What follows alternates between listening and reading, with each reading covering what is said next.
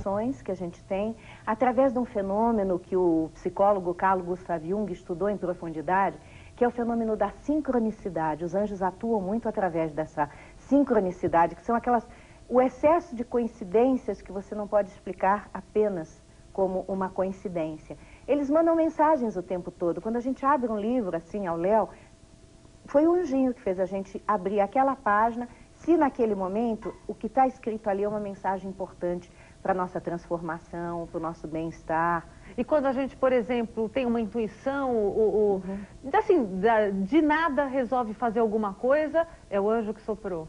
Também, geralmente. A gente tem que estar muito atento, porque a gente tem um anjinho e tem um demoninho. Ah, né? é? A gente vive na Terra, é um lugar de polaridade entre o bem e o mal, e tem, às vezes, um diabinho também que sopra, né? Mas a gente sabe diferenciar. Se você tiver um pouquinho de consciência... Veja bem, como o anjo está ligado à nossa consciência, o eu superior, que é exatamente a nossa parte divina, fica mais fácil da gente identificar, porque quando o anjo sopra alguma coisa, a gente ouve aquela voz da intuição, e fica em paz, e fica tranquilo, e você fala assim, puxa, é isso mesmo, esse que é o caminho, você sente uma emoção positiva, pode ter certeza que foi o anjo. Agora, quando é o diabinho, ele sopra a dúvida, ele baixa a tua autoestima, ele fica dizendo, você não vai conseguir fazer isso, esse é o nosso demônio interno. Mas independente disso, por exemplo, o anjo tem voz? Por exemplo, tem pessoas que ouvem o anjo falar? Sim, com certeza. E tem pessoas que veem os anjos, e tem pessoas que têm contato com anjos manifestados em corpos de humanos. Quer dizer, existem anjos que no momento de perigo, quando ele vai salvar alguém que não chegou a hora dessa pessoa, e a pessoa tem um pouquinho de fé, o anjo se manifesta como se fosse um humano. Uma pessoa. Uma pessoa, de terno e gravata, ele pode te aparecer, tá? E nesse momento ele é um anjo como se fosse um anjo encarnado, tá? Só que ele não é uma pessoa o tempo todo, ele se manifesta como tal. As manifestações dos anjos podem ser simplesmente um clarão de luz, uma voz que você ouve, um sentimento de paz profunda, um sentimento de amor por toda a humanidade, o riso. Os anjos adoram o bom humor. Então, quando a gente ri muito ou está em contato com as crianças, pode ter certeza que os anjos estão por perto. Esse teu livrinho que você está lançando agora, Palavra de Anjo, tem a ver com algumas coisas que você ouviu do seu anjo? Sim, esse livro foi o seguinte, eu entrei num estado de meditação profunda, quer dizer, eu baixei o meu ego, a minha mente, me coloquei diante do computador, depois de rezar muito, eu fiz algumas preces para os anjos, para que as mensagens viessem bem claras, e esse livro ele foi quase todo, não digo psicografado, mas ele foi intuído, e são 80 mensagens angélicas que funcionam como um oráculo, quer dizer, exatamente quando você está em dúvida, ou todo dia de manhã quando você acorda, você abre e recebe uma mensagem. Você não quer ver uma mensagem... Em qualquer página, posso abrir? Qualquer página. Vamos ver o que Vamos meu ver anjo... a mensagem de hoje para vocês e para ela Pois no é. dia do Natal. Vamos ver o que meu anjo me ajuda a escolher por aqui, então vamos lá. Palavra do anjo da segurança. Hoje você pode sentir segurança. Seus passos trouxeram você mais perto dos anjos. Seu anseio por crescimento espiritual está conduzindo você à senda da luz. Sinta o nosso apoio e a nossa alegria. Agora decida qual é o próximo passo. Agindo com o coração, estará sempre seguro. Você está no limiar de um grande despertar. Que bom! Espero que esse despertar seja o ano de 96. Sem dúvida. Eu espero que as pessoas em casa tenham se identificado bastante com isso, porque para mim foi fantástico. É incrível. O que a gente tem de retorno do público é que o livro, assim, está funcionando como um livrinho de cabeceira mesmo, ou de bolso, porque a mensagem... E aí que esse é o fenômeno da sincronicidade.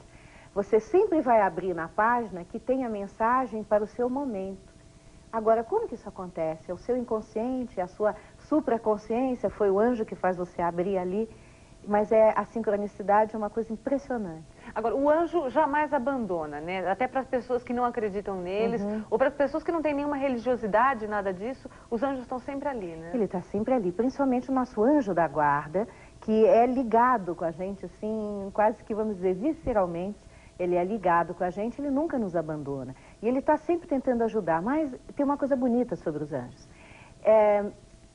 Essa vida nossa aqui no planeta Terra é como se fosse uma escola em que a gente tem que se formar, ou tem que passar num vestibular. Eu vejo assim. Então, veja bem, aqui nos foi dado um dom que nos torna semideuses. É o dom do livre-arbítrio, é o dom da livre escolha. Então a gente pode escolher o caminho a seguir. A cada momento a gente está tomando decisões e fazendo escolhas. Até na hora de eu hoje quis botar uma roupinha azul, que eu falei, vou azul do céu, porque eu vou falar de anjos. Foi uma escolha, eu podia ter vindo de preto, de repente, falar de anjos. É uma escolha, tá? Então essa coisa do livre-arbítrio é nossa, é da consciência do homem. Nos foi dado pela divindade para que a gente pudesse, através do erro e do acerto, despertar uma consciência mais superior e evoluir. Nós estamos aqui para evoluir. O anjo não pode interferir com o nosso livre-arbítrio. Então, por mais que a gente tenha um anjo da guarda, se você está no caminho do mal ou no caminho do erro, o anjo não tem o direito de interferir, a não ser que a sua consciência peça ajuda. Então, no momento de desespero, quando você não precisa nem acreditar em anjo, você diz assim, ou você chama Deus, ou chama o que você acredita, mas você diz assim, me ajuda. Aí o anjo pode atuar. Ele intercede. Ele intercede a teu favor, porque naquele momento você tomou uma nova escolha de caminho. Mas os anjos, eles contribuem, por exemplo, para fatos que a gente herde das vidas passadas? Sim, veja bem, o anjo da guarda nosso, que é esse anjo para toda a vida ou para todas as vidas, como ele está em contato com a nossa alma, ele sabe tudo que a gente já aprendeu, que deixou de aprender, qual é a missão que a gente tem dessa vez, quais são os obstáculos, que algumas pessoas chamam de karma, qual é o dharma, que é a realização positiva daquilo que a gente veio fazer. Ele detém essa chave. Por isso, se a gente está em contato com ele através da nossa consciência superior, muito mais fácil a gente acertar o nosso caminho. Agora, existem outros anjos, que são os anjos cabalísticos, que são os gênios servidores da humanidade, tá? Isso tem uma hoste angélica enorme. Cada pessoa, no dia que você nasce, tem um anjo que rege aquele dia. Então, esse anjo, por exemplo, se você nasceu, diz o teu aniversário. 16 de outubro. 16 de outubro, Lete Livre. Então, dia 16 de outubro existe um anjo guardião para o dia. Mas ele pega todas as pessoas que nascem no 16 de outubro. Eu já sei qual que é o meu é o Damabia, é assim que fala? Damabiá. Damabiá. Isso. Então, ele rege todas as pessoas que nascem no dia 16 de outubro. Rege como? A energia desse anjo vai te dar características espirituais. Depois, no momento do seu nascimento, que é um horário preciso, naqueles 20 minutos em que você nasceu, e que todas as outras pessoas nasceram naqueles 20 minutos de todos os dias do ano, existe um outro gênio servidor, que é o gênio servidor do horário. E para cada grupo de dias, também um outro anjo guardião. Mas então são todos anjos? São todos anjos, esses são 3 anjos que cada pessoa também carrega, mas que são diferentes daquele anjo que está com a nossa alma do começo ao fim dos tempos. E quando a gente, por exemplo, acende uma vela para um anjo? Porque normalmente as pessoas acendem vela para o anjo da guarda, mas está acendendo só para o anjo da alma, né? Conforme você explicou para a gente. Isso. Tem que acender para todos ou tem Olha, que acender para os se anjos você da conhece guarda? um pouco de Cabala, e hoje tem inúmeros livros que tratam do assunto, você pode fazer o pequeno ritual para o seu anjo guardião do seu dia de nascimento. Ou fazer o salmo, a energia deles é contactada através dos salmos. Você pode rezar o salmo do anjo do momento do seu nascimento. Mas são salmos curtinhos até, né? Alguns são bem compridos. São mesmo? Mas aí você tem que fazer naquele horário do seu anjo, né? O horário em que ele está próximo da Terra, o horário que ele rege. E são alguns poucos dias do ano que ele também está próximo da Terra. Cada anjo nosso, ele rege alguns poucos dias no ano. Mas em todos os dias ele está presente durante 20 minutos. A gente conhecendo esse horário pelas tabelas cabalísticas, você pode fazer o seu ritual. Só que eu sempre digo que não é o anjo que precisa do ritual. O anjo não precisa de luz, eles são pura vibração de luz, de amor, de sabedoria. Nós, muitas vezes, os humanos, para que a gente mantenha a mente fixa naquele anjo, naquela sintonia, a gente precisa do ritual. A gente é que precisa de acender a vela. O anjo não precisa disso. O anjo pode ser chamado através do salmo. E o nosso anjo da guarda é chamado através do amor, não precisa se saber o nome dele. Para alguns iluminados é revelado o nome, a maioria das pessoas ainda não sabe. E é bom que não saibam, porque é bom que ninguém saiba o nome do nosso anjo da guarda, da alma. Porque as pessoas ainda manipulam muito com magia negra, Mas como não é que se descobre, por exemplo, o nome do anjo da guarda? O nome do anjo da guarda vem através de sonhos, intuição, durante a meditação. Mas nem todas as pessoas ainda têm acesso a isso. E o anjo da guarda, ele tem aquela manifestação popular que todas as pessoas acham que tem, por exemplo, dele estar aqui atrás de mim agora ou está aí atrás de você, ou isso é pura imaginação? Isso é imaginação. Eu acho que não tem atrás, nem na frente, nem em cima, nem embaixo pro anjo, né? Porque ele sendo energia, ele está em todos os lugares e está inclusive dentro da gente também. Às vezes a gente faz um exercício de meditação ou uma iniciação, né? Eu tive um momento muito forte, no momento em que eu tive uma iniciação no Reiki. E nesse momento, com a minha mestra do meu lado, fazendo a cerimônia da iniciação do Reiki, que é imposição de luz através das mãos, né, para cura, eu tive a plena sensação, e foi visto por pessoas que estavam perto e que têm evidência, do meu anjo saindo de dentro de mim. Foi um momento muito forte. Então, naquele momento, ele tinha entrado e ele se manifestou saindo. Mas ele tanto está atrás ou na frente, do lado. O importante é que a gente traga o nosso anjo da guarda no coração. Agora, o que acontece, Norma, quando algumas pessoas estão passando por fases muito difíceis da vida e costumam até apelar para os anjos da guarda, para os santos protetores e tal, e nada muda, nada acontece, e aquela pessoa ali, naquele sofrimento e tal, e até às vezes eu já ouvi comentários assim, ai, meu anjo da guarda, acho que ele foi viajar para a Europa, me abandonou por um tempo. Bom, isso não existe. O que existe é um conflito dentro dessa pessoa, que ela se programou para o sofrimento. Quer dizer, ou ela tem culpa de outras vidas, ou dessa, quer dizer, ela está na roda do karma. Mas, de qualquer forma, ela se programou para o sofrimento. Porque no momento, que sempre se diz assim, você é curado pela sua fé. No momento que você se convencer de que você não precisa mais dessa lição, desse sofrimento, o anjo atua de imediato. Mas mesmo enquanto você passa o sofrimento, ele está lá te apoiando e muitas vezes mostrando o caminho. Quantas pessoas, às vezes, não têm um despertar através de um livro de autoajuda, através de um curso que vão fazer, através de uma viagem ao exterior, através de um contato com o mestre ou com uma pessoa comum dentro do metrô. Muitas vezes você tem uma revelação, né? E nesse momento é o teu anjo atuando. Certo. Agora, Norma, quando a gente fala de anjo da guarda, anjo de uma forma geral, né? A gente fica pensando assim, mas como é que será que é o anjo, né? Porque nos livros infantis você tem o anjo, aquele menininho loirinho com o cabelo enroladinho, e é homem, é mulher, não é? Anda sempre com uma bata branca, como todo mundo imagina, tem aquela auréola, né, em cima. Como é que é o anjo? E isso tudo é folclore? Olha, é engraçado a gente olhar nos livros de arte, nas pinturas, nas reproduções de esculturas, como a figura do anjo evoluiu através dos tempos. Se bem que ele é sempre representado, geralmente, com asas. A gente tem um anjinho barroco, que é esse pequenininho, gorduchinho, de cabelinho cacheado, que lembra a figura do deus Eros, né? O deus do amor, mas é aquele rechonchudinho barroco. E tem aqueles anjos enormes, e tem os anjos surrealistas, né?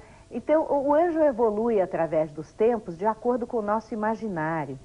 Mas a gente pode... O anjo não tem forma, na verdade, né?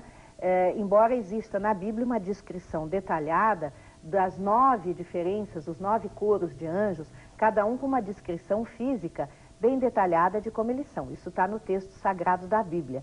Agora, eu acho que o anjo, como ele tem a possibilidade, ele é pura energia de amor, e ele se manifesta ou como luz ou como forma, ele muitas vezes toma a forma da projeção da nossa mente.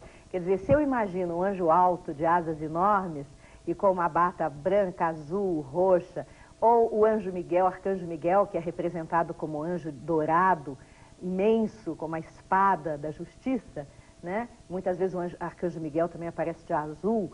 Isso, quem vai realmente nos dizer como que eles são? Porque eles aparecem para a gente de diversas formas. Às vezes é apenas uma bola de luz. E por falar nisso, por exemplo, algumas pessoas, quando perdem objetos, apelam para São Longuinho. Quem que realmente responde a isso? É o São Longuinho ou será que é um anjo que está ali de plantão? Olha, eu acho que pode ser o anjo de plantão, São Longuinho, que eu não sei muito sobre ele, por que ele obteve essa fama. Santo Antônio de Pádua também é muito tido como protetor das coisas perdidas, dos objetos perdidos, além de ser o santo casamenteiro, né?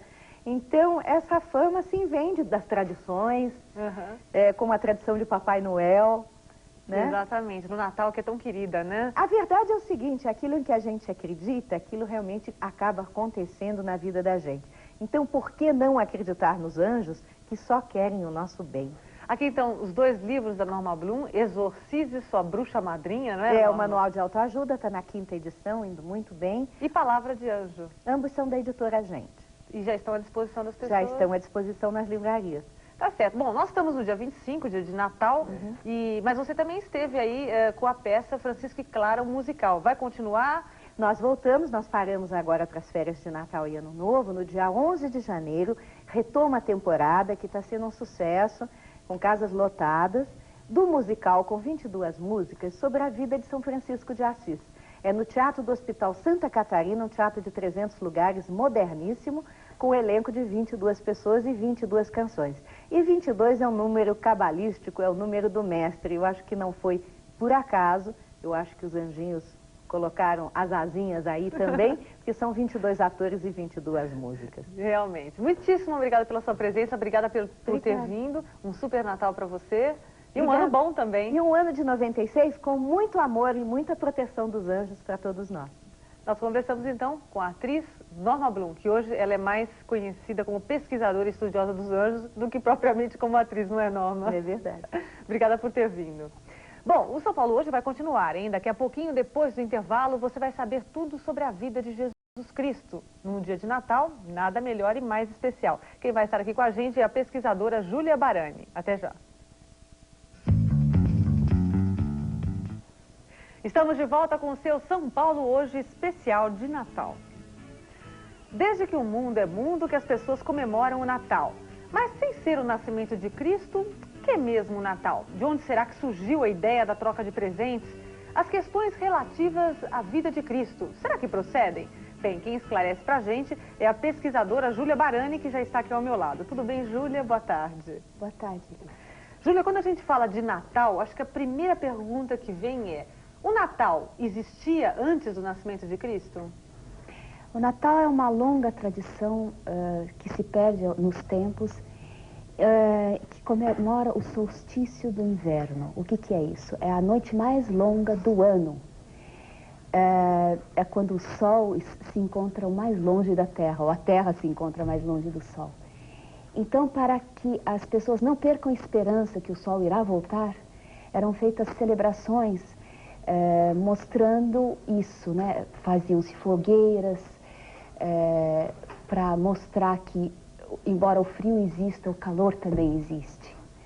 E a tradição cristã então juntou, porque Cristo representa a mesma coisa, né? A esperança, que dentro de todas essas trevas, de todo esse frio que tem no mundo, há esperança.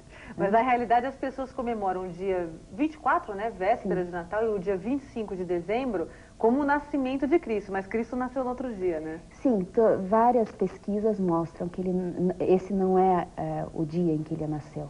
Deve ter nascido, uns dizem em agosto, outros em setembro. Né? Não existe assim uma data certa? Não, depende de como se conta o tempo, né? Aí há divergências. Então quer dizer que as pessoas resolveram unir essa tradição do fim do inverno, né, com o nascimento de Jesus, para comemorar a esperança. Meio do inverno, hein? É o tempo mais frio e a noite mais longa. Ah, tá. Para não esquecer que ainda tem o calor que vem adiante. Sim. E como é que o ateu comemora o Natal? Ele entra dentro da tradição. Olha, o mundo inteiro conta o tempo, né? Exceto alguns lugares isolados, o tempo a partir do dia do ano do nascimento de Cristo. Por que nós estamos em 1995? O que significa isso? São 1995 anos desde a data do nascimento dele. Você já pensou nisso? Que tudo está dentro desse espírito. Que homem é esse, né, que marcou tanto a face da Terra para que nós contemos o nosso tempo a partir do nascimento dele? Até mesmo quem não acredita. Até né? mesmo quem não acredita, é isso que eu estou falando, né? Quer dizer, lá sei lá, em algum outro lugar que não seja cristão, também é 1995, não é? Realmente. E aí as pessoas não se dão conta disso, Sim. né? Simplesmente não acreditam, mas o ano que a gente vive tem tudo a ver com o nascimento de Cristo. E todos nós comemoramos Natal e muitas vezes as pessoas nem sabem o que significa, porque está arraigado dentro da tradição. Nós vamos comprar presentes, nós montamos árvore de Natal. Árvore de Natal é outro símbolo pagão, né? É a árvore que nunca fica marrom, nunca fenece. Ela remete à mesma ideia de esperança, algo que não morre. Quer dizer que a única marca, então, do nascimento de Jesus mesmo é o presépio, quando se monta o presépiozinho no Natal. Sim. E toda essa simbologia que é a mesma, né? Da esperança e tudo mais. Da vida eterna, né? De sempre verde. E a história dos presentes, por exemplo? Porque muitas pessoas dizem que a troca de presentes vem daquela história dos reis magos que trouxeram presentes para o menino Jesus. Só que, na realidade, os reis magos só apareceram em janeiro, né? Onde é que se encaixa a história dos presentes? Bem, presente é o quê? É dar, né? E, mais profundamente, é dar de si para os outros. E, na verdade, essa é a essência da pregação de Cristo. Ele ensina que é só assim que a gente pode ser feliz, quando a gente dá de si para os outros. Então, daí o presente é um símbolo disso, né? Olha a palavra presente, estar presente também, não? Uhum. Você está presente na vida do outro quando você dá alguma coisa para o outro, né? E depois veio a tradição do São Nicolau, dizem, é lenda, mas dizem que existiu, que tem um fundo de verdade, que no dia do Natal ele distribuía presentes às crianças pobres que não tinham recursos, né? Ou dava uma ceia para as famílias necessitadas. E aí ele virou Papai Noel. Daí ele virou Papai Noel, porque é a mesma ideia, né? De se dar. E esse tipo de tradição é muito forte em todos os países? Se comemora da mesma forma o Natal nos mais diversos lugares? Hoje em dia, com a globalização da Terra, né, com toda essa comunicação, a coisa se torna cada vez mais uniforme, né? Às vezes por exemplo, nós estamos no hemisfério sul e nós temos por tradição fazer uma ceia que seria adequada ao hemisfério norte no meio do inverno, não é? Nós aqui deveríamos comer coisas leves num dia tão quente. Lá é meio do inverno, né? Então, leitão, peru, nozes são típicas do inverno. O que nós comemos aqui? O que não é a tradição, né? Sim. Então, acabamos nos uniformizando, não é? E todo mundo acaba seguindo a mesma tradição. Tem algum lugar que o Natal é comemorado de forma muito diferente? Olha, eu desconheço, para falar a verdade, né? Até na China a gente comemora Natal, né? É uma época em que, assim, nos mais diversos pontos, a família se reúne. Porque é engraçado isso, né? Quando vai chegando o fim do ano, você ouve nos mais diversos meios que você frequenta, onde você vai passar o Natal? Ah, Natal é com a família, né? Todo mundo diz isso. Ah, não, Ano Novo a gente comemora, sei lá, vou viajar, vou isso, vou aquilo.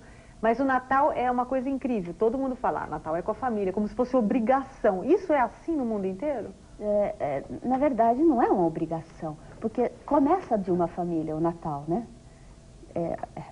Jesus, Maria, José, é uma família. Então, as pessoas nem sabem por que fazem isso, não é? A gente não sabe por que a gente vai falar, por que a gente fala que vamos passar Natal com a família. Mas vem daí. E todo mundo acaba seguindo mesmo, sem questionar até, sem questionar, porque já está dentro da tradição, né? Você acha que hoje em dia as pessoas, elas têm no espírito o que significa realmente, ou o que significou o Natal desde o princípio? Ou se tornou mais uma data comercial, ou até uma oportunidade de rever a família, porque às vezes você passou o ano inteiro sem ver os primos, os tios. Ah, então aproveita ali um momento. Você acha que na cabeça das pessoas existe ainda o real significado? Eu duvido, porque muitos perderam isso, principalmente com essa comercialização. As crianças esperam presente. Será que a mãe lembra o filho o que é o Natal quando acontece isso? E, na verdade, cabe à mãe, né? Preservar as tradições, mostrar o significado das coisas. Isso sempre a mulher tem que fazer, né? Você que é uma estudiosa do assunto, você comemora diferente o Natal, ou seja, você está imbuída desse espírito? Sim, porque eu sei por quê. E eu sei o que isso traz para as pessoas, independente da figura histórica de Cristo, independente das coisas externas. É necessário sempre renovar a esperança. Essa é uma forma delas.